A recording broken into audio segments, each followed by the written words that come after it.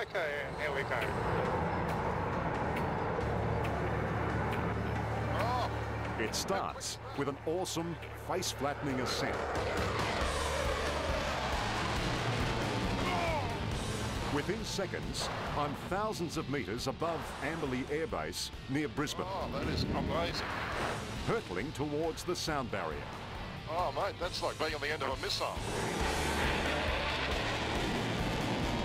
It's a rare but stomach-turning treat. Gee, I'm glad the sun's up there in the sky. It's the only way I can tell whether I was up or down. This is the front line of Australia's new generation Air Force, the F-18 Super Hornet. Okay, so they're supersonic now, so we're... My pilot, Dan Greeley, takes me through the lock. Yeah, right now.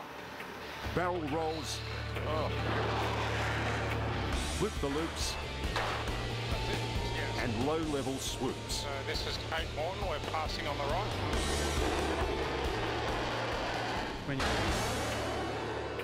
It's not until you get down this low to the ground that you realise how fast these things can go.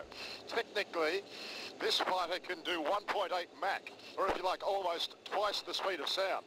To put that into perspective, that's over 2,000 kilometres per hour.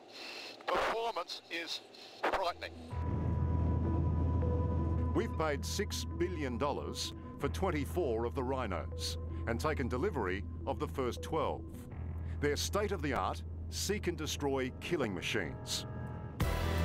But fighter pilots like Dan Greeley have one simple rule: kill the enemy before they can get to you. And this thing does that in spades. It does it in spades, you know. The jet is just tailored perfectly to what we need it for, and the RAF does it very well. One of the most competent jets in the world, and yeah, I'm really glad we bought it. Fighter pilots are an adventurous breed. It's a very small and exclusive club. And only the best of the best are chosen to fly the newest aircraft in the fleet. Shall I catch? You want to catch me? Yeah. Right. But Squadron Leader Greeley says it's not so much a club as a close-knit family. In fact, it's where he met his wife-to-be, Flight Lieutenant Catherine J. Thank you. Kisses. Catherine, is a fighter pilot a unique breed? There are a unique set of characteristics, obviously, otherwise everybody would be able to do it. So yeah, I think there are special traits required, but as I like to remind Daniel, that they are just people too. Catherine brings you down to earth pretty quickly. She does. You can tell who holds the rank at home. Dan and Catherine were amongst a hand-picked Super Hornet transition team, chosen to go to America as the new planes came off the Boeing production line. There were test flights at an air base in California. Then the long flight home.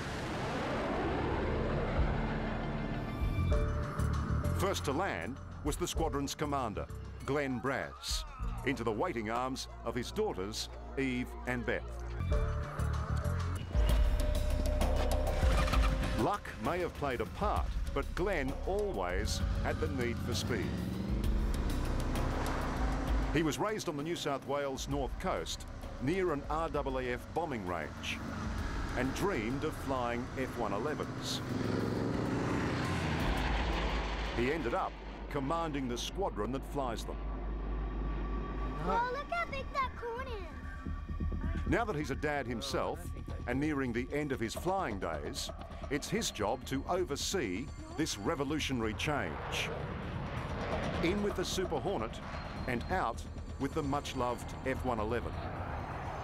Is there any other Air Force in the world still flying F-111s? No, we've been the only one since about '96, when the US Air Force retired their jet.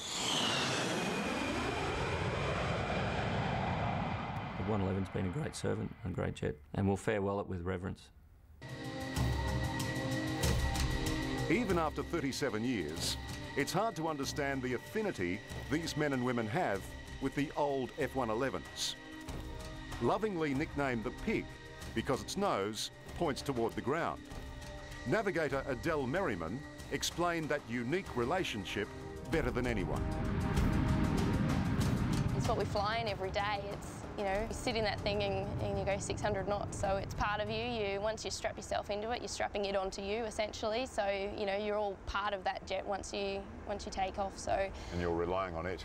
Absolutely. So, you know, we're flying to the best of our ability, but we need it to be doing its job as well. So there's a bit of a bond there, if you can say that, between a piece of machinery and people. But yeah, it's really good. When the F-111 flies into history, Adele and the rest of the crew must form that same bond with the Super Hornet, the Rhino, an American nickname the Aussies have adopted. Her new job will be Weapons Systems Officer, or WISO. She and the pilot can each fire missiles and drop bombs and do it simultaneously. So you'll be the pilot's second set of eyes? Yeah, essentially we're providing that extra brain, extra set of eyes and hands to do, you know, what he can't do. So you'll go from pig girl to rhino girl? Yeah. I'd call that a promotion.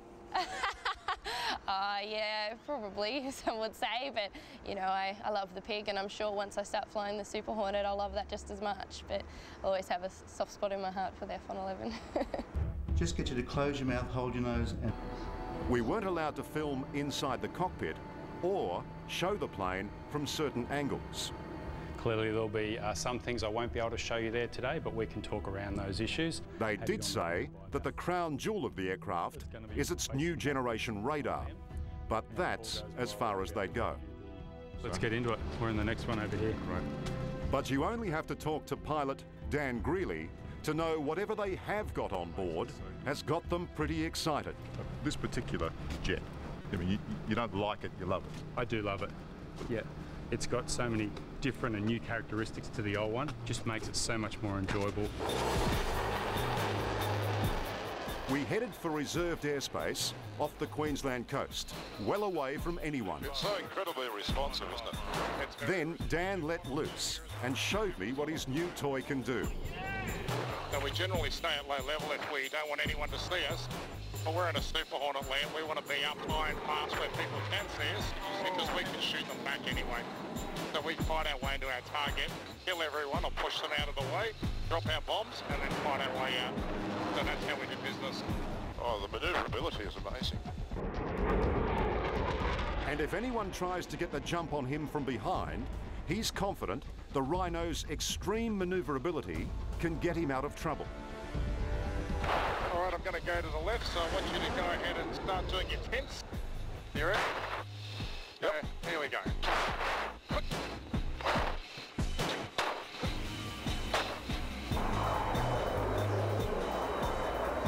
So that was 6.7G, and then he's shooting at us, so we want to get into manoeuvring. And you see the way the jet is just whipping around the corner. In the space of 30 seconds, he dodged a missile and positioned the plane behind the enemy to fire one back. It's phenomenal.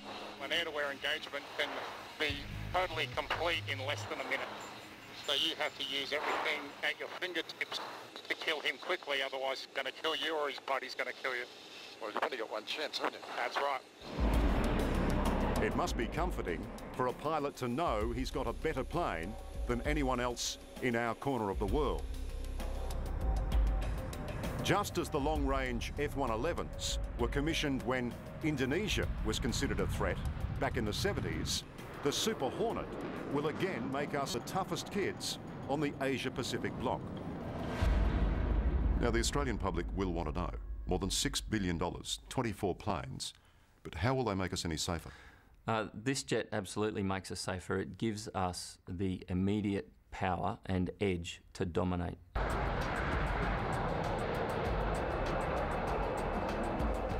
Now, it's up to the young men and women of the RAAF to deliver, to ensure that our $6 billion is money well spent.